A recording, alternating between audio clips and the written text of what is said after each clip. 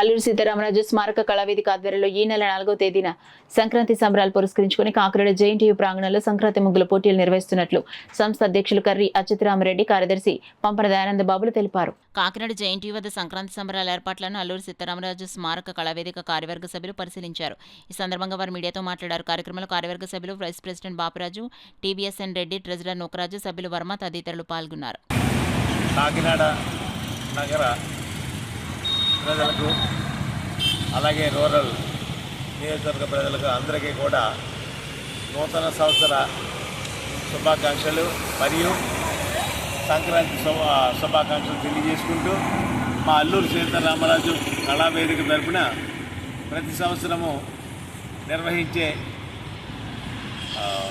సంక్రాంతి సంబరాలు ముగ్గుల పోటీలు జూనియర్ సీనియర్స్ విభాగంలో 2 విభాగాలుగా విభజించి 2 విభాగాలుగా ప్రతి సంవత్సరం యూనివర్సిటీలో ప్రాంగణంలో చేయటం జరుగుతుంది. వాళ్ళందరికీ కూడా సర్టిఫికేట్స్ కూడా ఇష్యూ చేయడం మా సంస్థ తరపున జరుగుద్ది. అలాగే మన తెలుగువారి సాంప్రదాయాల ప్రకారంగా స్త్రీలకి ముగ్గుల పోటీలు అంటే ఎంతో ఆనందదాయకమైన విషయం. అందువలన మన కాకినాడ మహిళా మండలందరూ కూడా అలాగే బాలికలు అందరూ ఈ కార్యక్రమంలో పాల్గొని జయప్రదం చేస్తారని కోరి ప్రార్థిస్తున్నారు. జై హింద్. 64 కళల్లో ఒకటైనటువంటి మహిళా మండలకు ఈ ముగ్గులు పెట్టడం చాలా అద్భుతమైనటువంటి విషయం.